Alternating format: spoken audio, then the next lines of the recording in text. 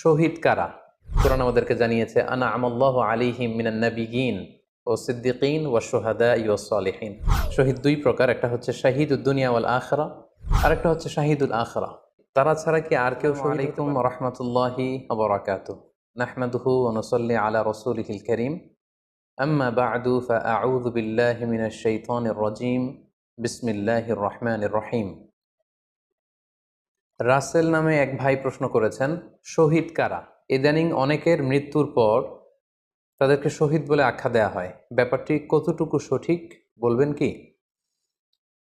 প্রিয় ভাই, রাসেলের উত্তরে আমরা বলতে চাই যে এই পৃথিবীতে আল্লাহর দ্বীনকে বাস্তবায়ন করতে যেয়ে অথবা বিজয়ী করতে যেয়ে কাফেরদের বিরুদ্ধে সশস্ত্র সংগ্রামে যে মুমিন ব্যক্তি নিহত হয় তাকে শহীদ বলে। আই রিপিট, আমি আবারও বলছি, আল্লাহর জমিনে আল্লাহর দ্বীনকে বিজয়ী করতে যেয়ে কাফেরদের বিরুদ্ধে সশস্ত্র সংগ্রামে যে মুমিন ব্যক্তি নিহত হয় তাকে শাহিদ বলা হয়। সহিহ বুখারীর বর্ণনায় এসছে যে সাহাবারা আল্লাহ রাসূল সাল্লাল্লাহু আলাইহি সাল্লামকে জিজ্ঞেস করেছিলেন যে, হে আল্লাহ রাসূল, কারা আল্লাহর রাস্তায় জিহাদ করছে এটা আমরা কিভাবে বুঝবো?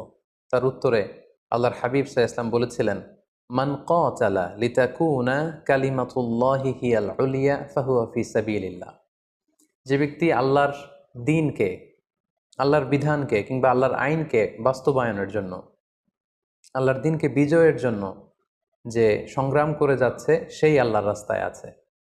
আর সে আল্লাহর রাস্তায় থাকা অবস্থায় যদি কেউ মৃত্যুবরণ করে বা নিহত হয় তাকে ইসলাম শহীদ বলে ঘোষণা করেছে। তবে সেক্ষেত্রে একটি শর্ত রয়েছে, সেটি হচ্ছে দুন আগারাদিন মিন আগারাদিদ দুনিয়া। দুনিয়ার কোনো কারণে, দুনিয়ার কোনো লোভে পড়ে, দুনিয়ার কোনো স্বার্থের জন্য যদি কেউ আল্লাহ রাস্তায় জেহাদ করে মৃত্যুবরণও করে, সে শহীদের কোনো মর্যাদা বাদাম আল্লাহ তাআলার কাছে নেই।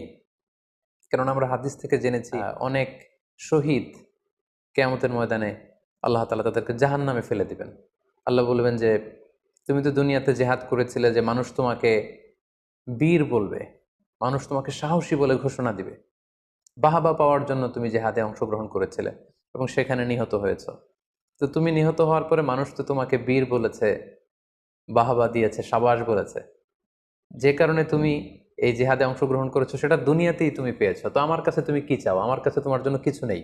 Go to the hell fire, জাহান নামে যাও। তাকে আল্লাহ তাআলা উপর করে জাহান নামে নিক্ষেপ করবেন।